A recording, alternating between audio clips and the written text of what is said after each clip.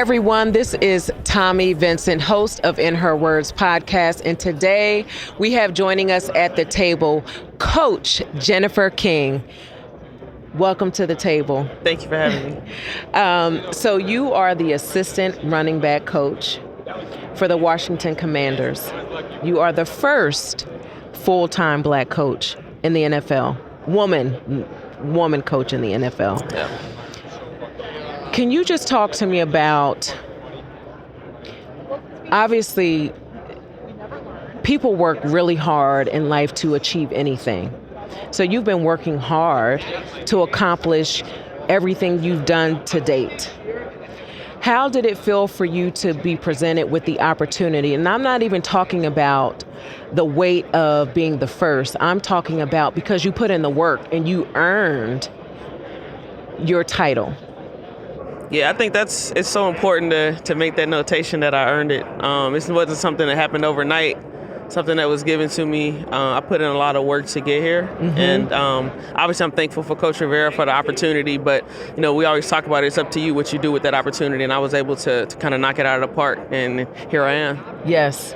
And you're right, because there's sometimes the notion that people are given something as a result of whatever X, Y, and Z is. But these individuals have a body of work that preceded the opportunity. They've put in time, they've put in their resources, and they've developed themselves professionally to be able to achieve the accomplishments. And so it's almost a takeaway when people it's like a little asterisk by the opportunity when the asterisk needs to be removed because it's real and it is earned. Yeah, I mean, before I got into the NFL, I was a college basketball coach for 10 years, and we were successful. When I was an assistant, we won the conference championship 5 out of 9 years, and then, as a head coach, we won a national championship. So I think coaching is coaching. It's different sports, but the same things that I was able to do and make my athletes successful in basketball, it's the same things I do to make my athletes successful in football as well. Mm-hmm. So what makes a successful athlete? I think at the NFL level, everyone's good, everyone's talented, but I think what separates people is their work ethic, their attention to detail. It's so important because every week it changes. The game plan changes every week, depending on who you're facing. There's different challenges, and the guys that can really grasp that, whatever we're doing that week, I feel like they do really well. Mm-hmm. When did you first know that you loved sports? Now that's my word. I said love. Yeah. But I know a lot of coaches, and what goes into coaching, the hours, you gotta love it to some degree to be in it. Absolutely. I fell in love with sports. I was probably 3 or 4 years old, and I remember I got a little Nerf hoop, and I was trying to dunk at 3 or 4 years old. I feel like my family was like, "Oh, she's a little different," but I just fell in love with it then. I fell in love with football probably around age 5, going to high school games, and you talk about the hours. I always remind myself this is what I asked for. When I'm working, hour 15 or 16 during the day, during the season, this is what I asked for. Yeah, absolutely. So you have the opportunity to be part of a sacred space, in the NFL, in any sport. I'm sure the locker room is like a space that feels very, it's a privilege to be a part of that. And so your journey through sports and coaching basketball and at the NFL, you have become a part of that locker room. And when I talk about the locker room, I'm not talking about the physical locker room, but there's a sisterhood and a brotherhood and a familyhood that comes along with sports. What does that feel like? Oh, it's incredible. Being a former athlete, you know how special the locker room is, and the relationships I have with our guys, it's incredible. I think that helps me be a good coach as well. It's just knowing them. I can know when they walk in if something's wrong, because I can just tell because I know them. And I think those relationships have helped me so much as a coach.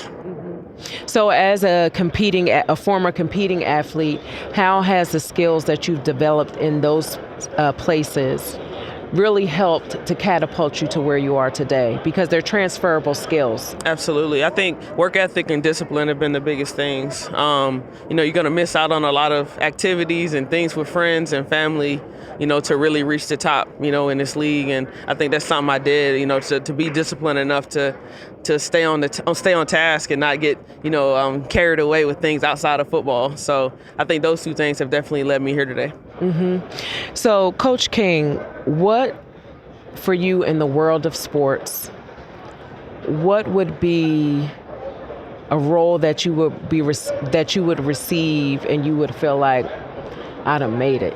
I don't know if we ever made it in this business just because it can be taken from you so fast. That's true. Yeah, that's true. But I mean, the pinnacle obviously of coaching is being a head coach. So I think that would be something where you would take that moment to do that. And, I think I've gotten everywhere I've gotten by just keeping my head down and working. That's something I continue to do every day. And I work with a great running backs coach in Randy Jordan, and I learned so much from him and just continue to grow every day until the next opportunity comes. Mm-hmm. Can you share with us what a day in the life of a coach looks like? Oh, my goodness. Because people don't, you think you just show up and there's a lot that goes into the product that we see on the field, the outcome. Yeah, I mean, in season, we kind of work whatever hours it takes. So, you may get in at 4 or 5 or 6 and not leave till 10 or 11 sometimes at night and then do it all over again the next day. So I think the detail of it is something that people miss, when they're looking at the NFL or even at the collegiate level, how much goes into everything that happens. And, people make it seem easy sitting home on the couch. They should have did this, We've worked, all day and all night, it feels like, to make the right decision and to be discredited. It's kind of funny, but, the hours we put in are ridiculous. Mm-hmm. So how do you, in the process of, because it's like you have to put in the work. That's part of the responsibility and the path to achieving the success that you desire to have. In this process, how are you making sure that you are taking care of Jennifer? Yeah, sometimes that's hard in season. We don't have a balance. What I do try to do on Fridays, we call it Fast Fridays, so we only have practice and no meetings. So I try to get out somewhere to eat on Friday or catch a movie just to feel normal, because usually I don't get to do any of that any other day of the week. So that's my thing on Fridays, and, try to get workouts in 3 or 4 times a week as well. Mm-hmm. Now, there are some times when you have players on a team and you build relationships with them. I think a good coach is vested in building relationships with all of their players. And then, things happen and that player may move on to another opportunity at another club or even be released from their opportunity of where they are. How do you manage the personal connection with the professional part of, this is part of the game? Yeah, I think at the NFL level, the guys understand, it's a business at the end of the day. And, if you don't understand, every year, say a number 35, and then the next day someone else is wearing 35. Yeah. You're like, oh my God, what happened to that guy? And but they understand it, and I think you really don't think about it that much. You just continue to build your relationships, and even when they leave, we still have their relationship. We still talk to each other, so it's not like they're gone. When they get let go from a team. Yeah, I think that the collegiate players need to get to the place where they're benefiting from that understanding as well, with the new shifts that are taking place with NIL and, being able to enter in the transfer portal and all these different things. So there's so many moving parts. At the end of the day, that in itself is now being structured very similarly from your opportunity. You might be wearing number 6 today, but then next season there's going to be another 6 and they've done already moved on to the next man. Absolutely. It's tough. And I mean, with the NILs and the transfer portal now, college sports is something else now. That's all I'll say. But I get it. Obviously, I think they deserve to be paid, but it's something else. Yeah. So when the opportunity presented itself, did you have your moment as an athlete where you was just like, man,